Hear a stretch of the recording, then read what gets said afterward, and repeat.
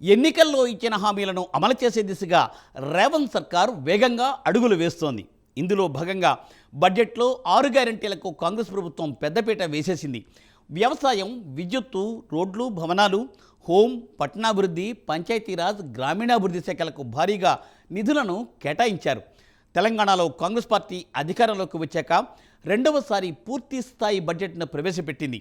ఆర్థిక మంత్రి భట్టి విక్రమార్క రాష్ట్ర బడ్జెట్ 2025ను శాసనసభలో ప్రవేశపెడితే మరో మంత్రి శ్రీధర్ బాబు శాసనమండలిలో బడ్జెట్ను ప్రవేశపెట్టారు.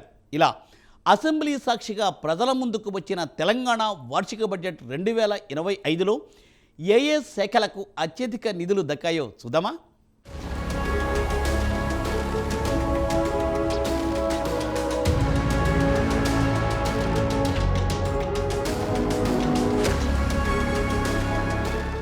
శాసనసభలో తెలంగాణ రాష్ట్ర బడ్జెట్ను డిప్యూటీ సీఎం ఆర్థిక మంత్రి భట్టి విక్రమార్క ప్రవేశపెట్టారు.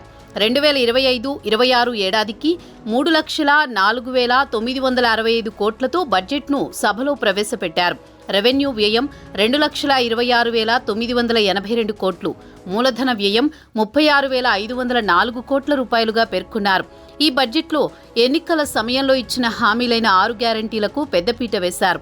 అయితే 6 గ్యారంటీ పథకాలకు బడ్జెట్లో మొత్తం 56,084 కోట్లను కేటాయింపులు చేశారు. వీటిలో రైతు భరోసాకు 18,000 కోట్లు, చేయూత పింఛన్లకు 14,861 కోట్లు, ఇందిరమ్మ ఇళ్లకు 12,571 కోట్లు కేటాయించారు. అదేవిధంగా మహిళలకు ఉచిత బస్సు ప్రయాణం పథకానికి 4,305 కోట్లు, గృహజ్యోతి పథకంలో భాగంగా 200 యూనిట్ల ఉచిత విద్యుత్ కోసం 2,080 కోట్లు, సన్నరకం వడ్లకు 500 బోనస్ ఇస్తామని ఎన్నికల సమయంలో కాంగ్రెస్ ప్రభుత్వం హామీ ఇచ్చింది. ప్రస్తుత బడ్జెట్లో సన్నాల బోనస్కు 1,800 కోట్ల రూపాయలను కేటాయించారు. అంతేకాకుండా రాజీవ్ ఆరోగ్యశ్రీ పథకానికి 1,143 కోట్లు కేటాయించగా గ్యాస్ సిలిండర్ రాయితీకి 723 కోట్లు కేటాయించారు. ఇందిరమ్మ ఆత్మీయ భరోసా పథకం 600 కోట్లు, విద్యుత్ రాయితీకి 11,500 కోట్లు, రాజీవ్ యువ వికాసం పథకానికి 6,000 కోట్ల రూపాయలను బడ్జెట్లో కేటాయింపులు చేశారు.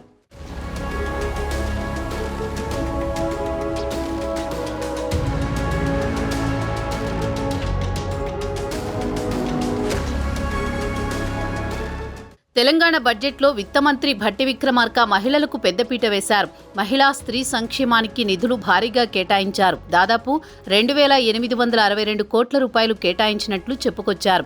ఇది కేవలం ఆ శాఖకు సంబంధించినది మాత్రమే. ఇది కాకుండా స్కీమ్లు ఇలా చూసుకుంటే చాలానే ఉన్నాయి. మహిళలే మహారాణులు అన్న పదాన్ని తన బడ్జెట్ ప్రసంగంలో పదే పదే గుర్తు చేశారు ఆర్థిక మంత్రి భట్టి. ఆడబిడ్డలు పనికి వెళ్లాలన్నా, చదువుకు వెళ్లాలన్నా, దేవాలయానికి వెళ్లి మొక్కులు తీర్చుకోవాలన్నా ఇబ్బందులు పడకుండా ప్రవేశపెట్టిన పథకం మహాలక్ష్మి స్కీమ్. కాంగ్రెస్ ప్రభుత్వం అధికారంలోకి రాగానే ప్రమాణ స్వీకారం తర్వాత అదే రోజు సాయంత్రం ముఖ్యమంత్రి రేవంత్ రెడ్డి ఈ స్కీమ్ గురించి ప్రకటన చేశారు. అప్పటి నుంచి నిరంతరాయంగా కొనసాగుతూ వస్తోంది. 2023 డిసెంబర్ 9న ప్రారంభించిన ఈ పథకం రాష్ట్రంలోని మహిళలు ఉచిత బస్సు సౌకర్యాన్ని కల్పించింది రేవంత్ సర్కార్.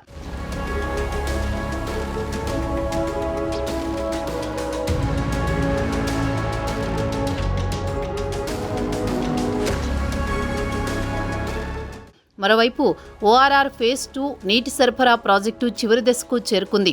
ఫేజ్ 2 ద్వారా హెచ్ఎండిఏలో విస్తరించిన ప్రాంతాలకు తాగునీరు అందిస్తామని భట్టి అన్నారు.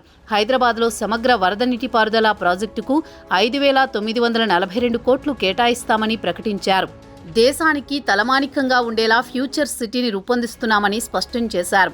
శ్రీశైలం, నాగార్జున సాగర్ రహదారుల మధ్య ఇది ఉంటుంది. 56 గ్రామాలు, 765 చదరపు కిలోమీటర్ల విస్తీర్ణంలో దీన్ని ఏర్పాటు చేస్తున్నామని ఆర్థిక మంత్రి భట్టి విక్రమార్క వెల్లడించారు. ఫ్యూచర్ సిటీలో AI city, pharma hub, sports city, clean energy, innovation జోన్లు, multimodal connectivity, electric public transport ఉంటాయి. ఈ ప్రాజెక్టును ఎఫ్సిడిఏ పర్యవేక్షిస్తుందని భట్టి విక్రమార్క పేర్కొన్నారు. తెలంగాణ ప్రజలు మమ్మల్ని నమ్మి అధికారం కట్టబెట్టారు. ప్రజలకు జవాబుదారీతనంగా ఉంటూ పాలన సాగిస్తున్నామని వ్యాఖ్యానించారు. గత ప్రభుత్వ పాలనలో ఛిద్రమైన ఆర్థిక వ్యవస్థను గాడిలో పెడుతున్నామని తెలిపారు. తాత్కాలిక, దీర్ఘకాలిక ప్రయోజనాలను దృష్టిలో పెట్టుకుని పనిచేస్తున్నామని వెల్లడించారు. కొందరు దుష్ప్రచారమే పనిగా పెట్టుకున్నారు. ప్రభుత్వ ప్రతి చర్యను నిందిస్తూ ఆరోపణలు చేస్తున్నారు. గత ప్రభుత్వం 2 పడక గదుల అంతస్తుల ఇళ్లు ఇస్తామని ప్రజలకు నిరాశ మిగిల్చిందని భట్టి మండిపడ్డారు.